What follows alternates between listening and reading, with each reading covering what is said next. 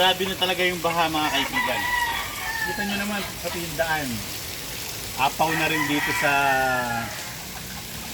Paligid. pinaka daluyan ng tubig. Medyo malalim yan pero napuno.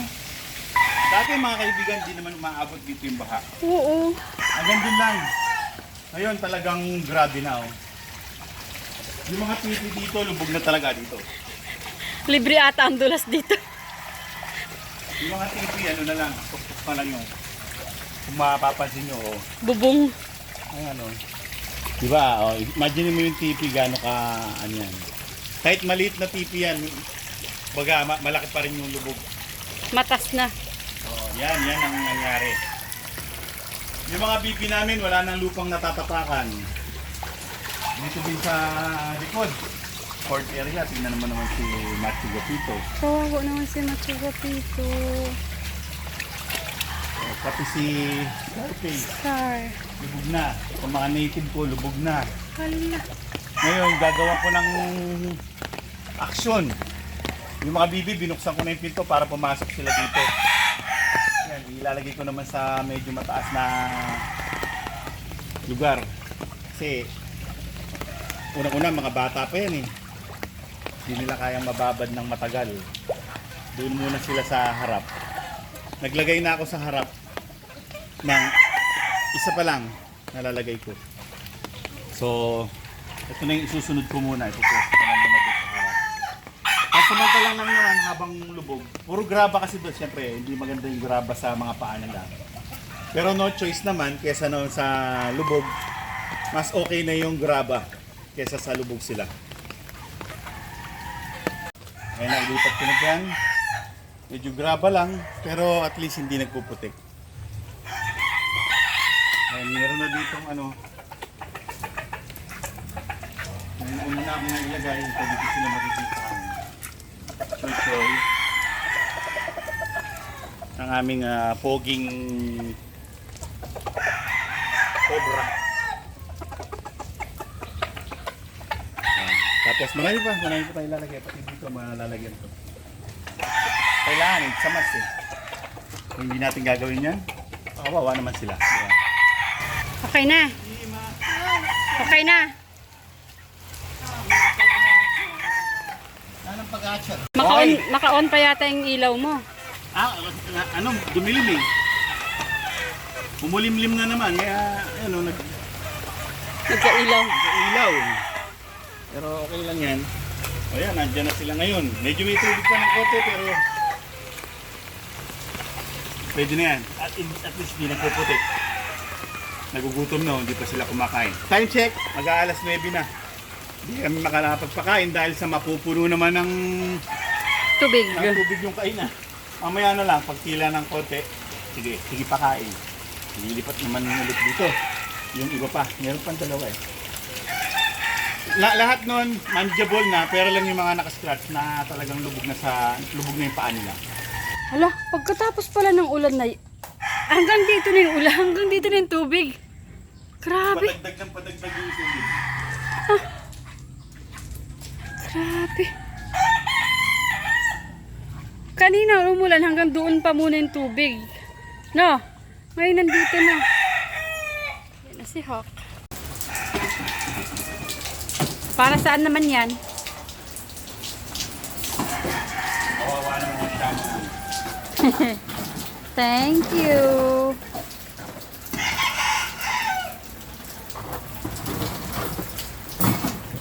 Dito muna dapat sa mga.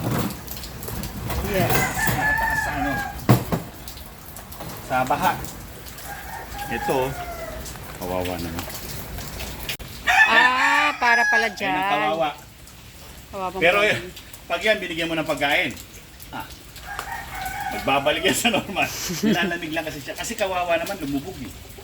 Ayan, binarush na namin yung mga paa niya. Papatuyo na lang yan siya. Halos lahat ng mga manok namin lubog na. Pati sila Batman, no? Pati si Rudy. Pati si Rudy. Grabe si Rudy, babad-babad na. Lalagyan ko ng hollow blocks niyan para meron silang matutungtungan sa loob.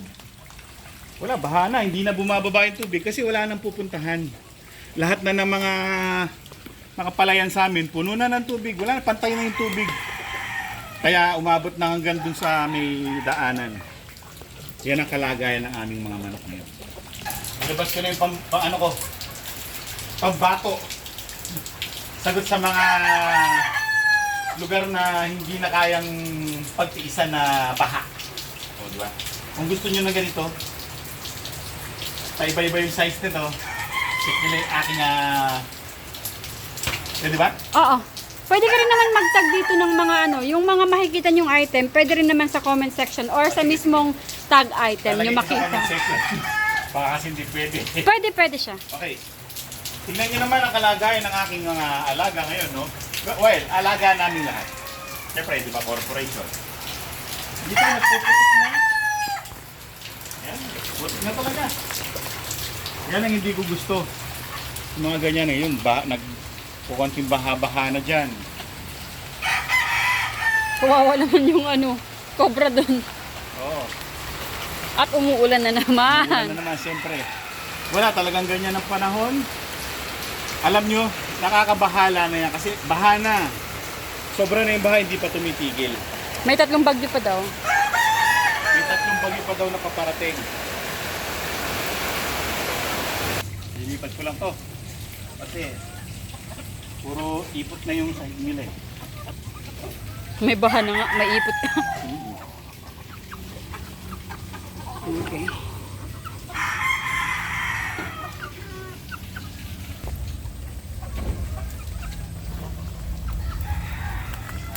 Yon. Yan. Yan. Okay na yan or kulang pa? Okay na. We good? Okay. Buti na lang talaga. Ayan mga kaibigan, nilipat na namin dito muna.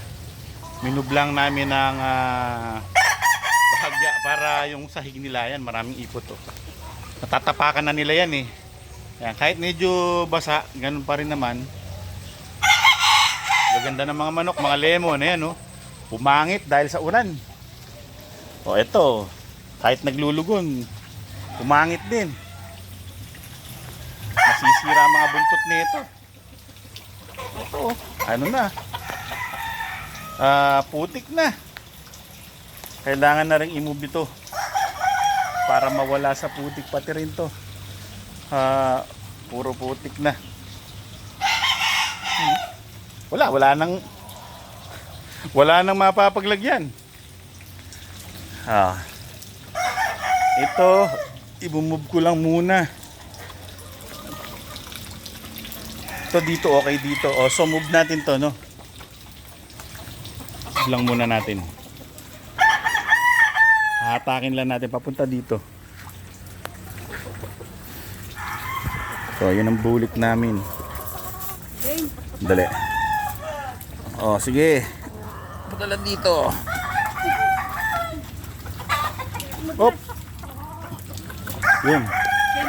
Ayos lang ng konti. Yan. Yun. Dali. Layo lang ako para makita lang mabuti. Ito yung pinanggalingan, maputik. Grabe. Ayan na siya ngayon. Okay naman na. Yung sahig okay na. May mga damo pa. Ito rin mga butchers. Ano na rin yung sahig nila. Lubog na. Wala na talaga. Wala na akong alam na mapapaglagyan ng mga to. Puro ano na. Puro lubog na. Ano na talaga. Obsolete na yung lugar. Hi. Cheese Bombay. Ayun, nakahapon na yung mga alaga oh. Ito, lubog na rin. Yung gray dito. Dito. Ayan, lubog na yung gray. Buti, hindi maputik dahil mabuhangin ang lugar nila. Yun lang. Yun lang ang plus dyan. Pero lahat minus na. Tapos dito sa kabila, yun, lubog na rin itong mga to. papatong ko na sila doon sa may parang pinatuyo yung mga dahon ng buko. Yun, papatong ko na sila doon. Wala na talagang pag-asa. Maging okay pa yung ano, yung panahon. Yes, sir.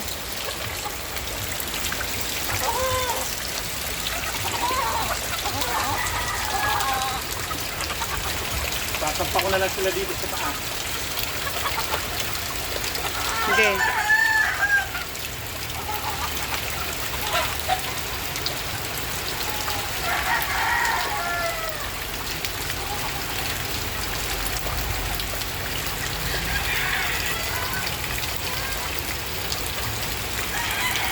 Kita ko dyan.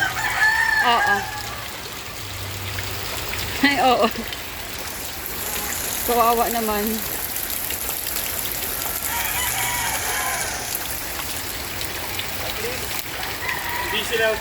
Hindi ba yung mga paa nila katulad yan? Buti yung inahin nasa hapunan na sila.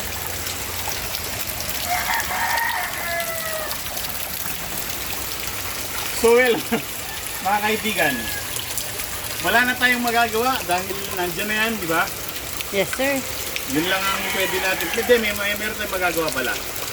Hindi pala, wala tayong magagawa. Ang magagawa natin, i-move ang mga alaga kung saan Pwede sila. So effort talaga. Lalo na kapag backyard. Siyempre, halos ikaw lang ang kikilos o yung sweetheart mo. Di ba? Dahil wala kayong mag-asawa. Or kung meron kang anak, di ba? Yan makakatulong mo. Sa mga farm, siyempre marami meron sila mga farm boy.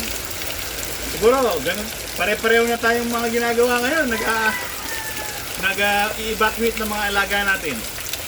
Well, mga kaibigan, magpapatuloy na ako sa aking mga ginagawa hanggang sa susunod na episode. Maraming salamat sa inyong panonood. Paalam!